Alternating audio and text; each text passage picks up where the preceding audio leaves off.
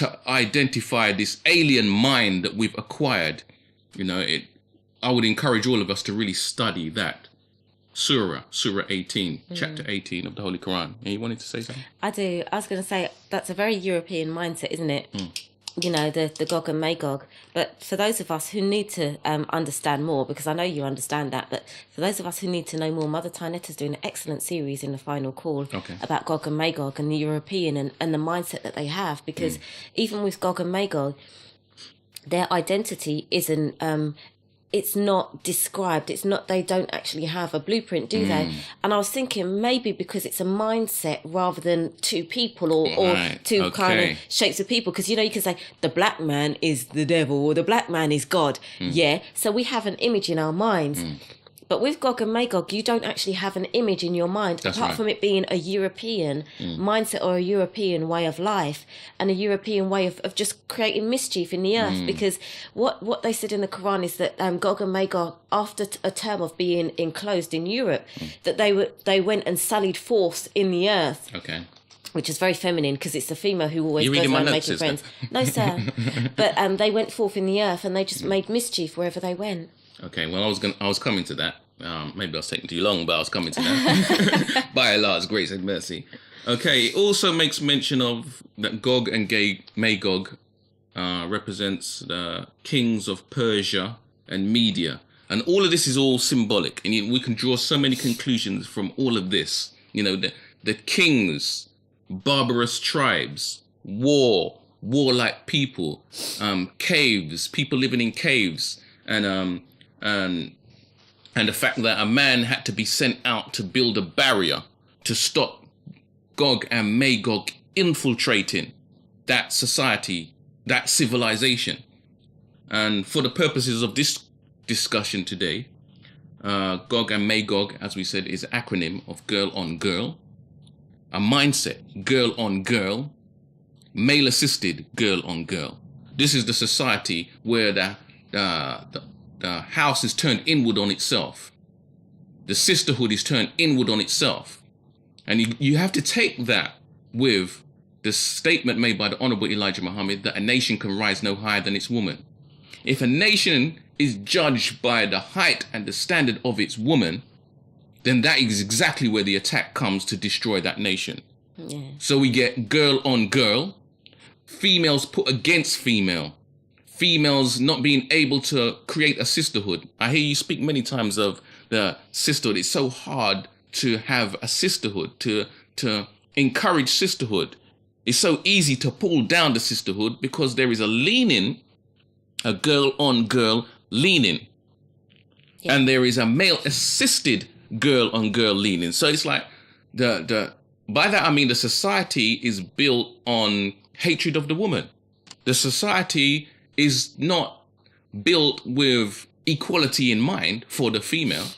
It is built in such a way, the fashions are designed in such a way that the female will fight against the female, will hate on one another, will work to pull down one another. Look at her. Who does she think she is?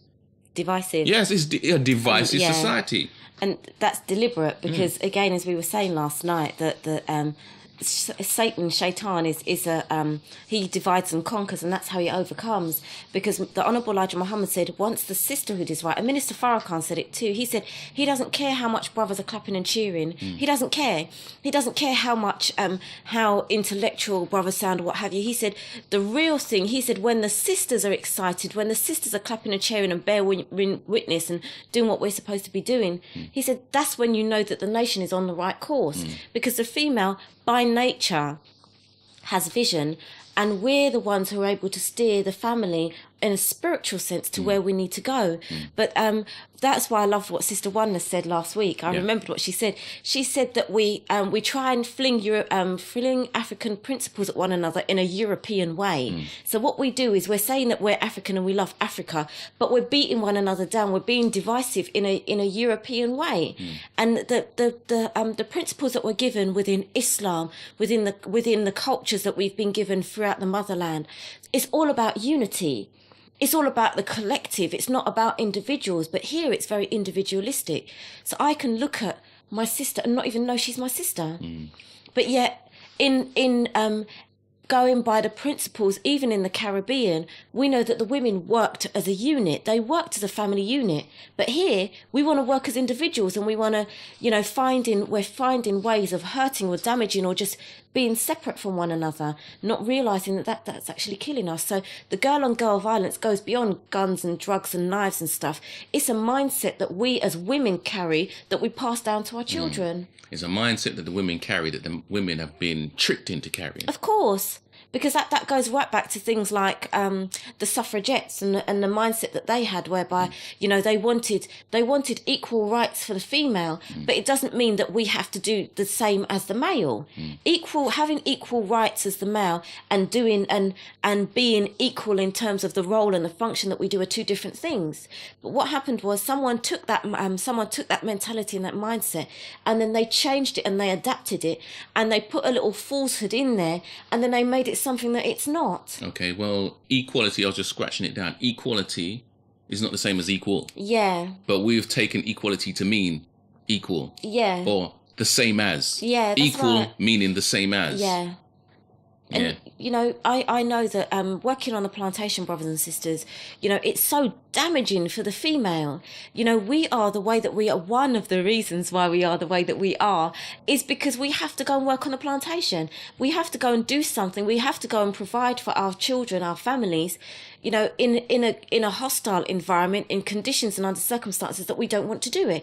So when we're in that kind of environment and we have to mix with people who we don't want to mix with, it takes a lot more effort. Then when we come out of there, we just kind of collapse. And then we just let it all hang out, and we don't. If there's someone that I don't have to see, even if it's a family member, I'm not going to go and see them. That I'm not going to work with them, and we need one another. As brother Malcolm Phillips said last night, he said, "I can't afford to fall out with my brother because I need him to help me rear my children." And he's so right. We need one another, but we need one another in righteousness and in truth. The Black Question times that we've been holding at the mosque have been very, very deep and very eye-opening is the word, sister. Yeah. We were looking at what is the role of a father in the context of a family. The week previously we was looking at what is the role of a mother in the context of the family. And it's only in analysing what our roles are can we start to see behind the movie, behind the screen that has been put in front of our faces, which stop us from actually doing what we're supposed to do, which stop us from even realizing where the problem stems from. We're looking at Gog and Magog, in this attempt to stop the killing. I've got here Gog follows Magog, or is it Magog follows Gog? The chicken and the egg situation. And the chicken and the egg situation is a devious little situation because it fuses together. It's a cipher that spins around on itself and fuses together, so you don't know where the actual beginning is. And we can spend all our time trying to analyze and work out which one came first and which one follows which one. But in the situation of Gog and Magog, or Gog following Magog, or vice versa, I think we only really need to analyze the effect, not on who came first. Yeah. Because there is a definite spiraling downwards with Gog and Magog. That is the effect. Not only that, they both came from the creator. So the creator came first, so let's move on there. For real. I was thinking about what you were saying about ID Parade and about being able to identify Gog and Magog, or the mindset or the mentality or the destruction that comes behind them in their wake, and how... during the ID parade, the only time that they really have ID parades is when someone's been doing something wrong.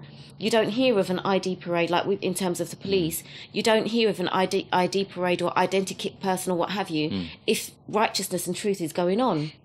Well, it's the man of God always strives to let it be known who he is. I mean, even with, he may not come out and say, "I am that I am," but his works bear witness. And we're taught to, tell a tree by the fruit that it bears. So even by the works of the man of God or the man of Shaitan, we can tell who we are. And I think that is the best way to identify.